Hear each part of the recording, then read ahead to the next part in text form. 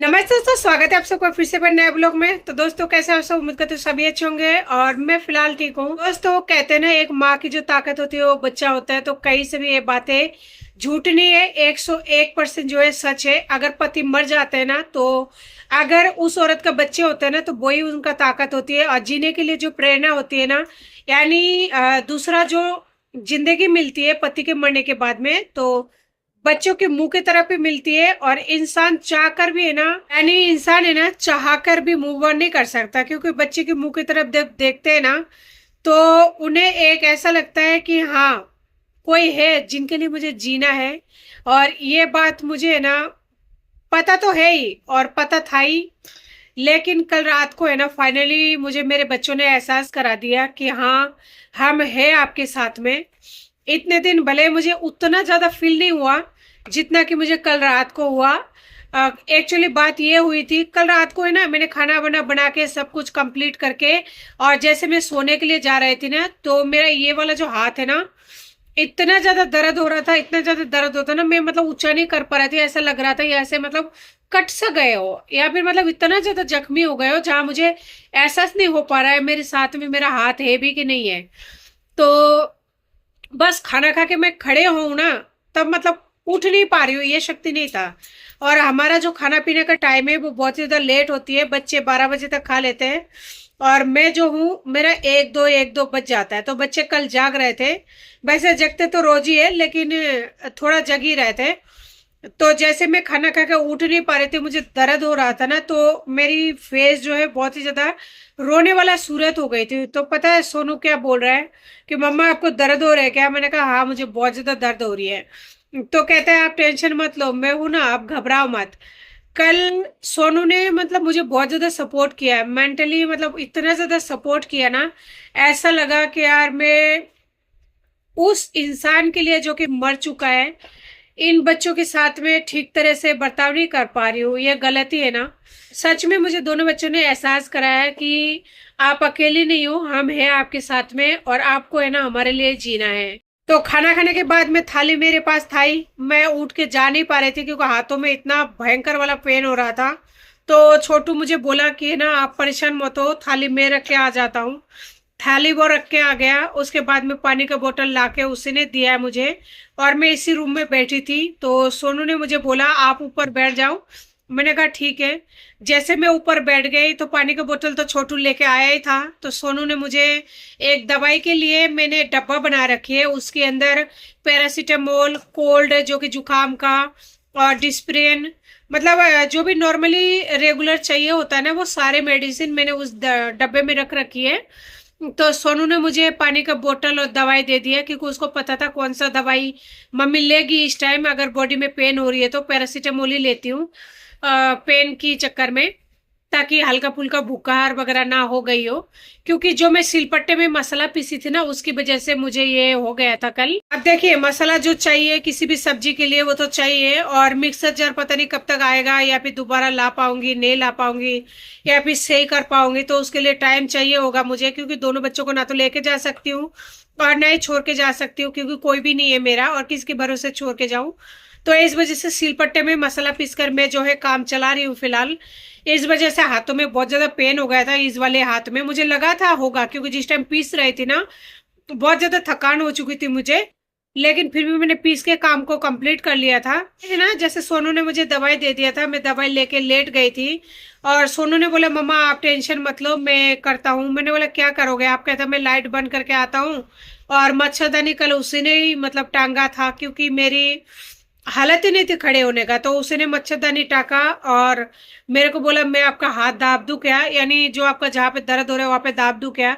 मैंने बोला नहीं बेटा, 1 1:30 बज रही है, आप ऐसा करो सो जाओ, क्योंकि कल सुबह आपका स्कूल है, आप परेशान मत हो, मैं ठीक हूँ, दवाई ले लिया, ठीक हो जाऊंगी। इस तरह से दोनों बच्चों ने कल मुझे ये एहसास कराया कि मम्मी आप अकेले नहीं हो, हम दोनों भाई आपके साथ में हैं। चाहे हम छोटे क्यों ना हैं, लेकिन हमारे में हिम्मत बहुत है, क्योंकि हम आपको भले ही काम ना करके दे पाए, लेकिन आपको मेंटली जो एक सुकून होती है ना, वो दे सकते हैं। तो बाबू ने फिर मेडिसिन दिया था, 1 से 1.5 घंटे के बाद में मुझे थोड़ा रिलीफ मिली। और उसके बाद में जब मैं सुबह उठी तो सुबह का जो भी काम था कंटिन्यू कर पाई। तो मुझे सच में ये एहसास हुआ कि मैं सच में उस बंदे के पीछे अपने लाइफ को खराब कर रही हूँ, और उस इंसान जो कि गए हैं छोड़कर, उसके पीछे अपना मेंटली सुकून और जो भी है सब कुछ खराब कर रही हूँ, क्योंकि वो कुछ भी नहीं है। जो इंसान अपने बच्चों के प्रति प्यार नहीं दिखाता, बच्चों के लिए नहीं दिखाता प्यार, तो ऐसे इंसानों के पीछे भगना बेकार है। मूव ऑन करना सबसे ज्यादा बेहतर है। मूव ऑन करना आसान नहीं है, लेकिन कोई नामुमकिन भी नहीं है। और मेरे पास दो प्यारे प्यारे बच्चे हैं जो कि मुझे कल एहसास कराया कि हम हैं आपके साथ में। और एक सिस्टर है जिन्होंने मुझे ये कमेंट करके बोला था कि दीदी आप है ना रोया मत करो बच्चों के सामने।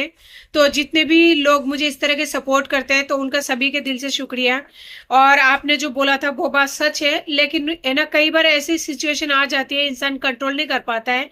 ऑन कैमरा है ना रोना नहीं चाहती हूँ, लेकिन रोना आ जाता है, क्योंकि अंदर ही अंदर बहुत ज्यादा टूट जाती हूँ। और हर बार कोशिश करती हूँ कि कभी भी बच्चों के सामने ना रोऊं।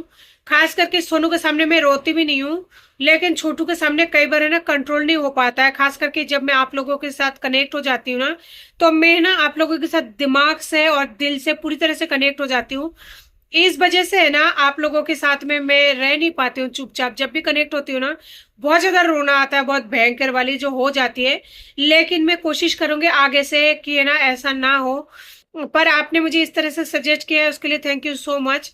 पर मेरी शायद कमजोरी है कि है ना मैं कंट्रोल नहीं कर पाती हूँ, क्योंकि मेरे जो ससुराल वाले हैं ना बहुत दिनों से मुझे बहुत ज्यादा मेंटली तौर पे परेशान किया जा रहा है। और मेरी पीयर की तरफ से भी मेरी जो सिस्टर है वो मुझे बहुत ही ज्यादा मेंटली परेशान कर रहा है।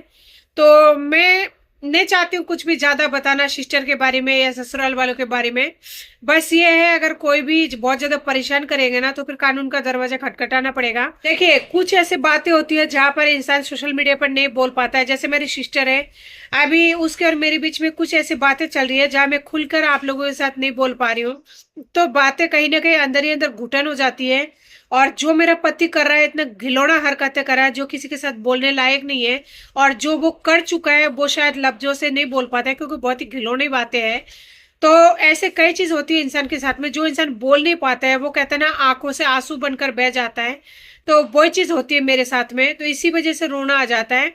लेकिन मैं कोशिश करूंगी बच्चों के सामने हो सके तो कम से कम या फिर ना रोने की, मैं आपकी बात रखने की पूरी पूरी कोशिश करूंगी। तो तहे दिल से शुक्रिया। तो दोस्तों यही कहना चाहूंगी कि अगर कोई भी सिंगल मॉम हो जो मेरी इस वीडियो को देख रहे हो, क्योंकि पिछली बार जब मैं लाइव आई थी ना तो बहुत सारे लोग मुझसे जुड़े थे, जिसमें से कुछ लोग सिंगल मॉम थे। तो उनकी स्टोरी कुछ कुछ मेरे जैसे थे, तो उनको मैं यही कहना चाहूंगी अगर आपके पास बच्चे नहीं है तो स्टडी पर ध्यान दीजिए, और अगर बच्चे हैं तो अपने लाइफ पर फोकस कीजिए। ऐसे आदमी आते जाते रहते हैं, और ऐसे हम सिंगल नहीं है, बहुत ऐसे दुनिया में लोग हैं जो अकेले रहते हैं, सक्सेसफुल है और सक्सेसफुल लाइफ जी रहे हैं। तो घबराइएगा नहीं, सभी को मंजिल मिलती है। बस थोड़ी सी दिन का जो ये सफर होता है ना वो कट जाती है, थोड़ा टाइम लगता है। और इस टाइम में टूटना नहीं है, हिम्मत रखना है, हिम्मत से काम लेना है।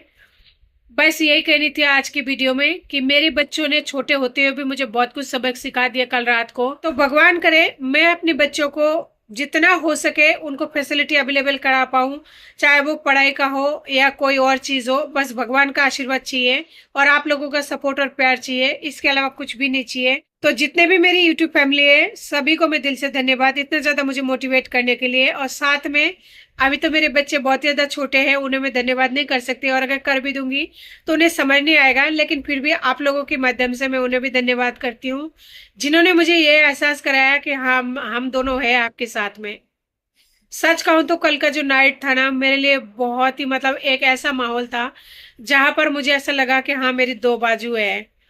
तो थैंक यू सो मच मेरे बच्चों को भी दिल से, क्योंकि वो समझते नहीं है, लेकिन आप लोग मेरी फीलिंग को समझ सकते हैं कि मैं कितना ज्यादा अंदर से फील कर पा रही थी।